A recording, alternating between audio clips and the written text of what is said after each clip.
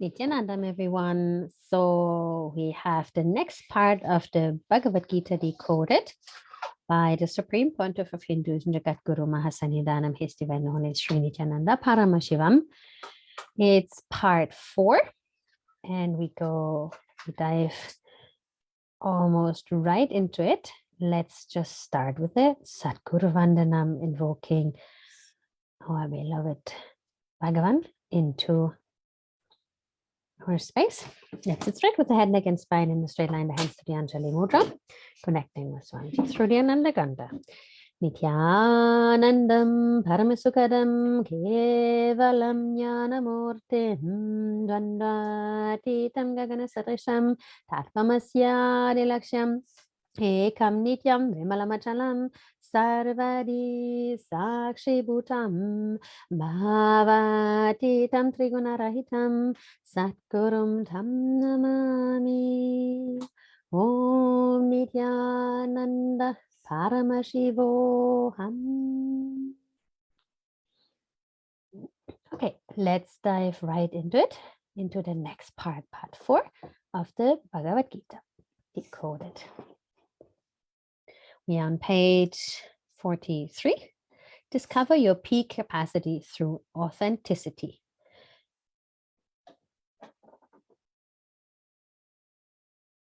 With authenticity, you open the power of thinking in you. When you unlock the power of thinking, just make it bigger. When you unlock the power of thinking, you will be able to spontaneously focus your thoughts to achieve your highest potential. Krishna now initiates Arjuna into the path of authenticity in action and the path of knowledge in renunciation in karma yoga and jnana karma sannyasa yoga. Yogaha karmasu kaushalam. Yoga is authenticity in action, declares Krishna. Karmani ye vadikaras te ma paleshu kadachana ma karma pala yetur pur marte sango akarmani. Yoga sta kuru karmani sangam twatva danayaya siti asi yo samo vudva samatva yoga ujjate. The entire teaching of Bhagavad Gita can be summarized in these 2 verses. Nothing more can be said or ever needs to be said about why and how one should perform. Krishna says you have the right only to work, but never to the results of that work. Let not the outcome be your motive, but do not move into inaction. Do what you have to do with a complete inner space centered on yoga. Be balanced in success and failure. Evenness of mind is yoga.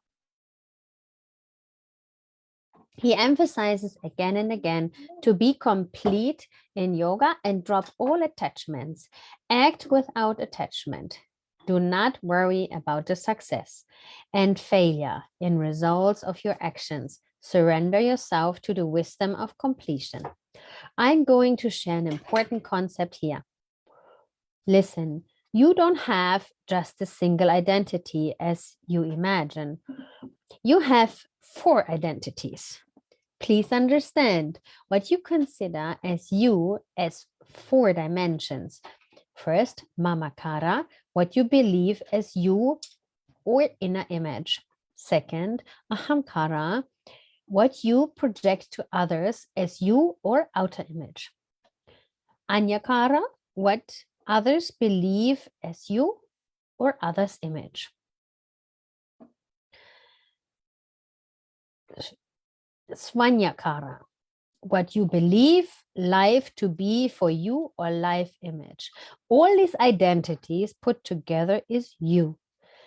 Authenticity is nothing but keeping your 4 identities in tune and being at the peak of all 4 dimensions of you.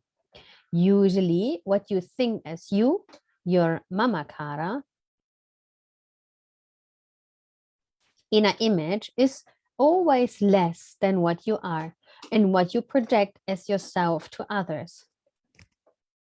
Your ahamkara outer image is always more than what you are. For example, you may experience yourself as a very fearful person, but you will always project yourself as strong and powerful. Rarely, some people have high mamakara, but they project a low ahamkara to others. And many times the other's image or anyakara that others have about you will be completely different from both your mamakara and your ahamkara. When one identity is fighting with another identity, how can your thinking be focused? All your energy is going to be used in reconciling your fighting identities. When all your identities or images are in tune, all your thinking will be aligned in one direction. Your thinking becomes clear and sharp, like a laser beam. You will awaken the power of thinking.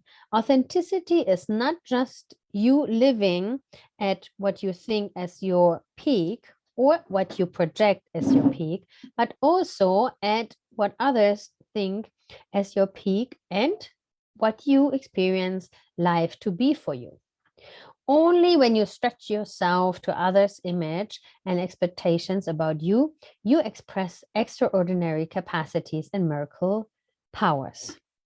Every time you raise yourself and stretch yourself to fulfill others' anyakara, you achieve completion, you achieve fulfillment, you achieve union. Liberation from your individual identity happens to you only when you raise yourself to others' anyakara. When you stretch yourself to others' anyakara, liberation from ahankara and mamakara happens. You may think I'm responsible for what I feel as me and what I project as me to others, but why should I take responsibility for others' expectations about me? As long as you think that you are stretching just because of others' expectation, you will carry continuous irritation, agitation, and heaviness.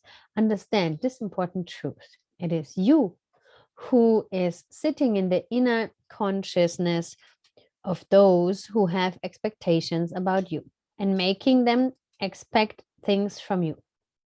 Listen, when you are not ready to listen to your own heart and expand, the divine helps you by creating the same expectation in others so that you can expand.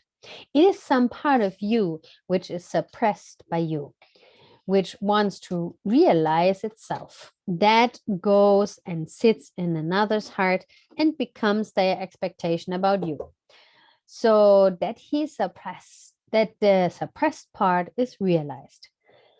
At the root of mamakara is your jiva, your soul, in which all of us are one. If you suppress it in one body, it simply comes out in another body. When you are suppressing your expectations, mamakara, about you in your own body, it simply comes out as anyakara in another's body. Nobody else is forcing you. It is your own expectation about you, giving you one more chance. Now it is no more somebody else's anyakara. You are simply expanding to fulfill your own mamakara and ahankara. Others' expectation about you is nothing but a reminder, another chance that Bhagavan Divine gives you to realize yourself. When you realize that this is also your own expectation about you, you will have fulfillment. The Bhagavad Gita is the manifestation of Arjuna's suppressed longing to realize his own divine self with authenticity. Arjuna discovers his power of thinking. He is now able to dive deeper into his suppressed thoughts and allows them to surface in Krishna's divine presence. In the early chapters, Krishna shares his anyakara for Arjuna. He urges Arjuna to realize his eternal blissful self. He gives him an intellectual understanding of this truth. Through the chapters of Jnana Karma Sannyasa Yoga and Sannyasa Yoga, Krishna guides Arjuna on the ways to achieve this.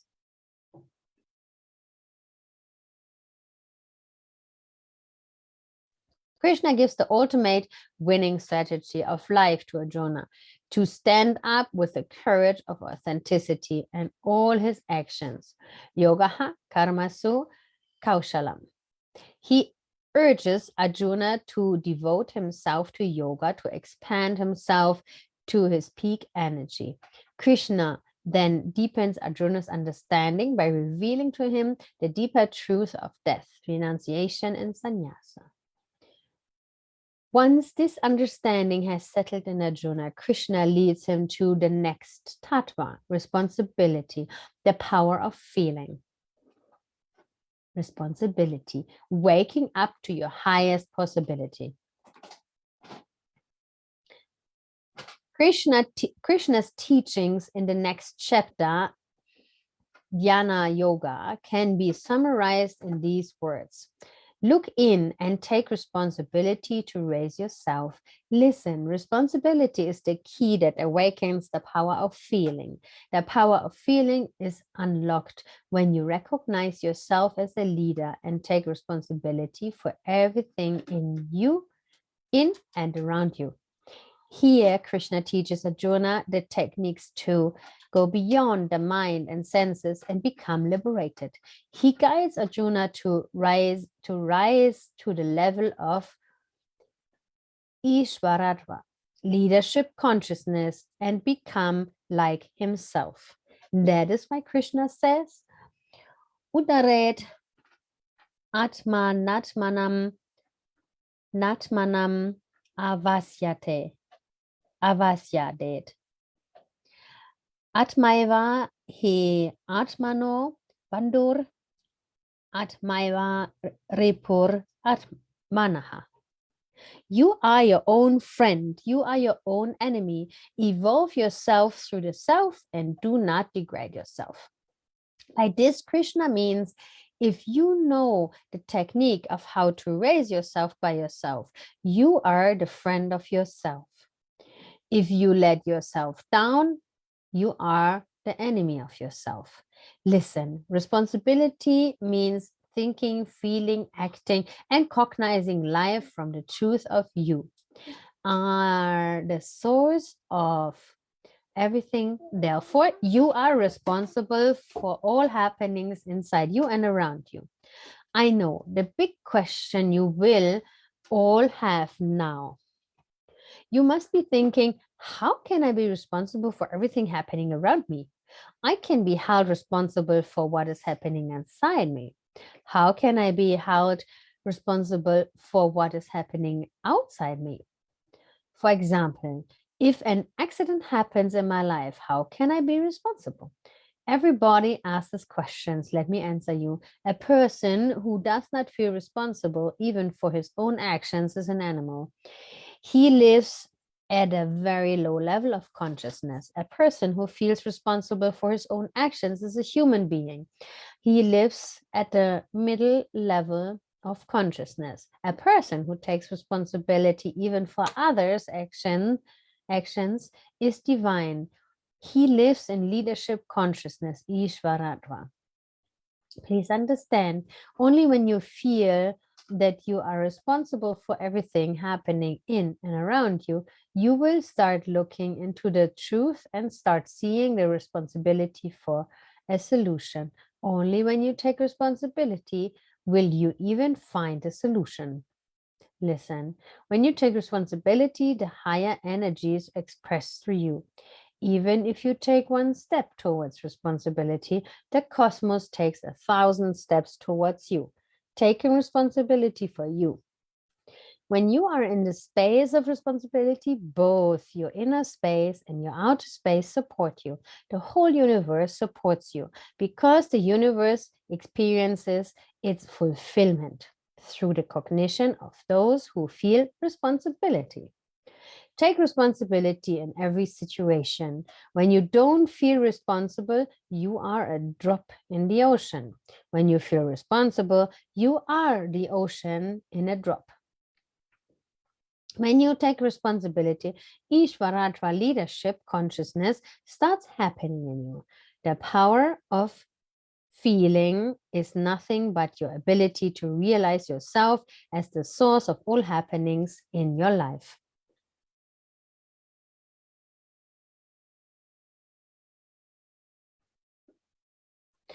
And gives you the power to be a positive influence in the life of others.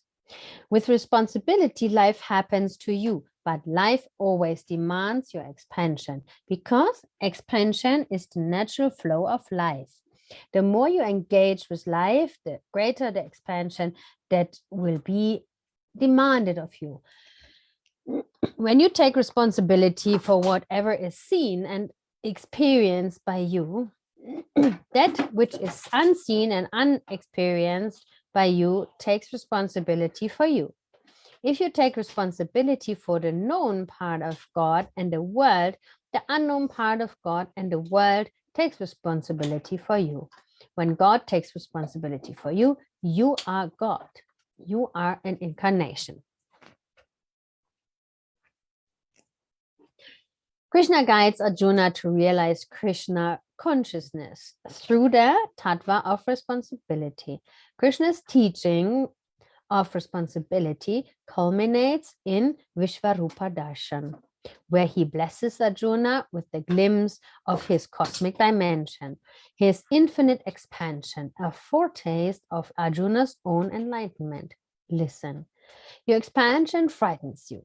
Whenever bigness is demanded of you, whenever you feel you are being forced to expand, you shrink even further into your comfort zone. Your tiredness, your weakness, your powerlessness, all these are nothing but a resistance you have to seeing your own bigness. That is what becomes of Arjuna after Vishvarupa Darshan. The fear of expansion overtakes him, but being devoted to Krishna, the embodiment of cosmos, Arjuna responsibly expands and awakens his enlightenment with the next tattva of enriching. The power of living Krishna assures him after the darshan that only by taking the responsibility to enrich others, by doing his work, by being undividedly devoted unto him, can Arjuna expand himself into his highest possibility. Mat karma Krishna, mat parama mat bhaktaha, enriching with enlightenment. I think we continue next time with this part. Thank you so much. Let's chant the Purna mantra. Let's sit straight with the head, neck, and spine in a straight line, the hands to the Anjali Mudra. Let's offer our deepest gratitude to Bhagavan. Thank you so much. Om Purnamada Purnamidam Purnat Purnamudachyate Purnasya Purnamadaya Purnameva Vashishyate. Om Shanti Shanti Shanti Hari Om Tat Sat Sarvam Bhagavatre Nithyananda Paramashiva Paruka Panamastu. Om Nithyanandam. Nithyanandam, everyone. Thank you for listening.